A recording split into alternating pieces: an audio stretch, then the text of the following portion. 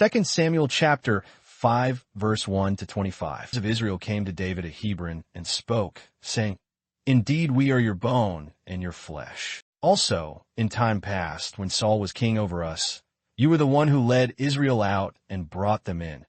And the Lord said to you, You shall shepherd my people Israel, and be ruler over Israel.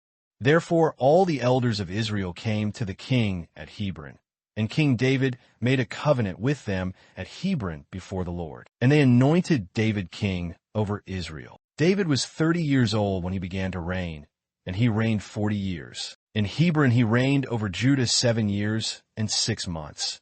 And in Jerusalem he reigned 33 years over all Israel and Judah. And the king and his men went to Jerusalem against the Jebusites, the inhabitants of the land, who spoke to David, saying, You shall not come in here, but the blind and the lame will repel you, thinking, David cannot come in here. Nevertheless, David took the stronghold of Zion, that is, the city of David. Now David said on that day, Whoever climbs up by way of the water shaft and defeats the Jebusites, the lame and the blind, who are hated by David's soul, he shall be chief and captain. Therefore they say, The blind and the lame shall not come into the house. Then David dwelt in the stronghold, and called it the city of David. And David built all around from the Millo and inward. So David went on and became great, and the Lord God of hosts was with him. Then Hiram king of Tyre sent messengers to David, and cedar trees, and carpenters and masons. And they built David a house.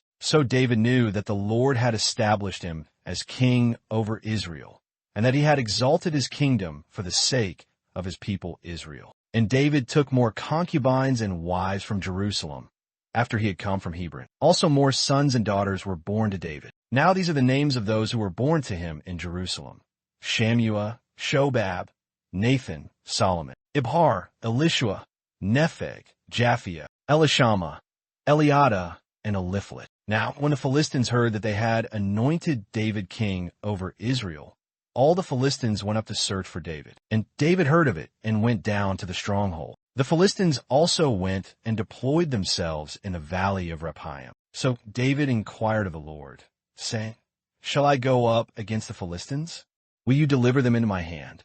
And the Lord said to David, Go up, for I will doubtless deliver the Philistines into your hand. So David went to Baal-perazim, and David defeated them there. And he said, The Lord has broken through my enemies before me, like a breakthrough of water. Therefore he called the name of that place Baal-perazim. And they left their images there, and David and his men carried them away. Then the Philistines went up once again and deployed themselves in the valley of Rephaim. Therefore David inquired of the Lord, and he said, You shall not go up.